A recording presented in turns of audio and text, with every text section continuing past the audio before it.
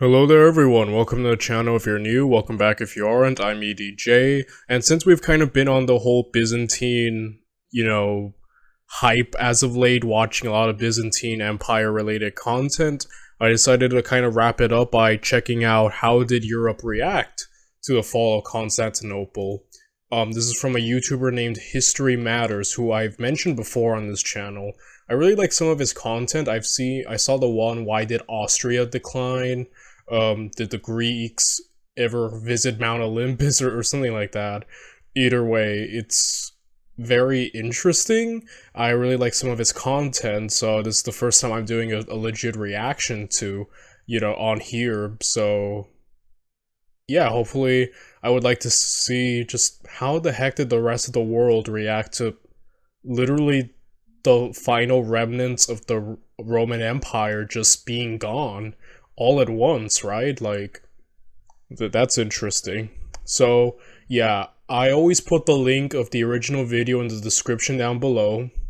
And with that said, and without any further ado, we ought to get right into it. Let's watch How Did Europe React to the Fall of Constantinople by History Matters.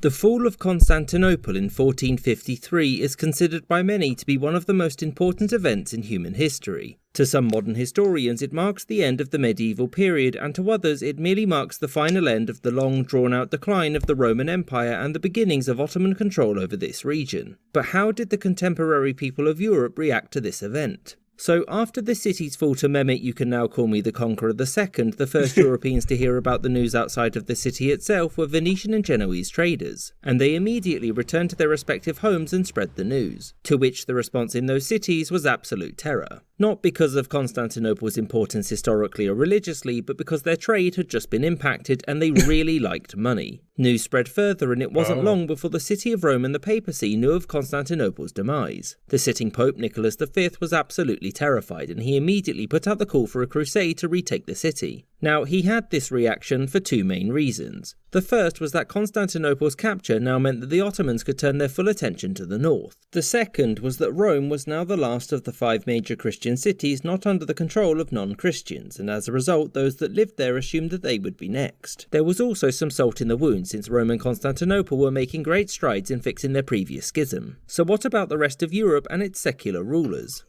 Alright, so far, the main reactions are from the Genoese and, Rome itself. And it seems to be fear, but not because of anything to do with the last bastions of Rome being wiped out, but because fear of what's gonna happen to them, or like self-interest, so, that's interesting. Well, in France, the king was obviously disheartened by the news, but much like his English counterpart, he was busy fighting a war and so was a tad preoccupied. Also, leaving the kingdom that you ruled for several years meant that it was open to being usurped or perhaps re-invaded by those you just defeated. As for the Holy Roman Empire, their relationship with the Byzantine Empire was a tad more complicated. Whilst the leadership there saw the city of Constantinople as a bastion of Christianity, it was populated by the wrong sort of Christians, whom everyone had spent the last 400 years condemning as heretics, and so frankly, there was no love lost. Also, no one could argue about who was the true successor to the Roman Empire anymore. All of this said, the Holy... Yes, the empire that is neither an empire nor holy nor Roman. Now I'm the final bastion of Rome.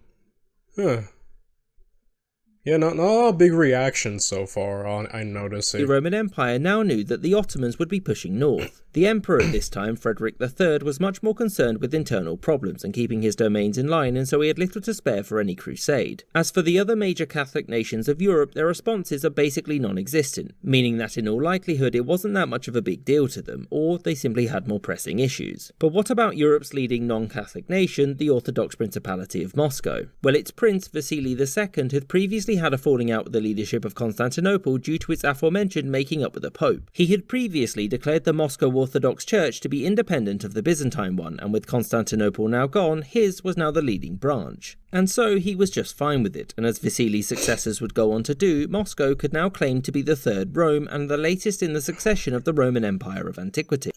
Oh my gosh. I'm telling you, everyone just wants to be Rome. Like, everyone's still obsessed over who's the successor of Rome. Rome just died and everyone's just like, well, I guess I'm Rome now. And so, from this, we can see that for the most part, Europe's reaction, barring that of the Italian states, was fairly muted. This was mostly because the fall of a city of heretics, even a prestigious one like Constantinople, had little immediate effect on them. And as for the Pope's crusade, well, Nicholas did soon try to force the hands of Europe's secular leadership, but before he could begin assembling a Christian response, he caught a small case of death, meaning that no attempt to retake the city was ever made.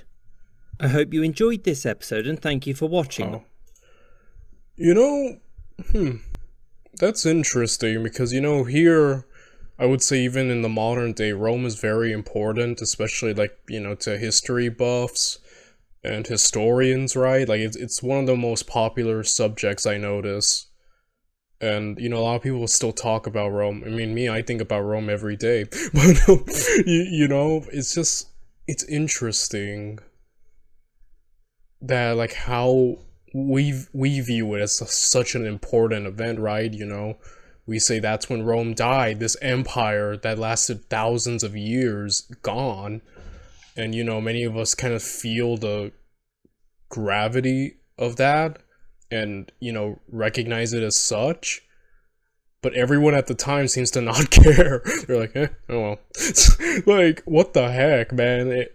That's insane. How little, anyone's like, oh my gosh, Rome fell? I guess so far, I guess the French were the only one disheartened, he said. But even then, they were busy handling stuff, so...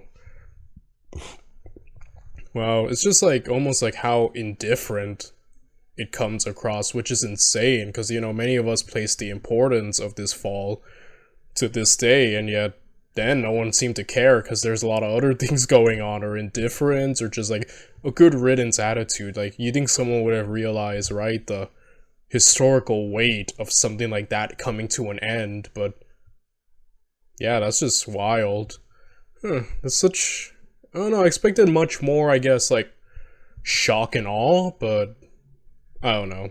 Either way, that was a very interesting video, and I guess I'll see you in the next one. Bye everyone.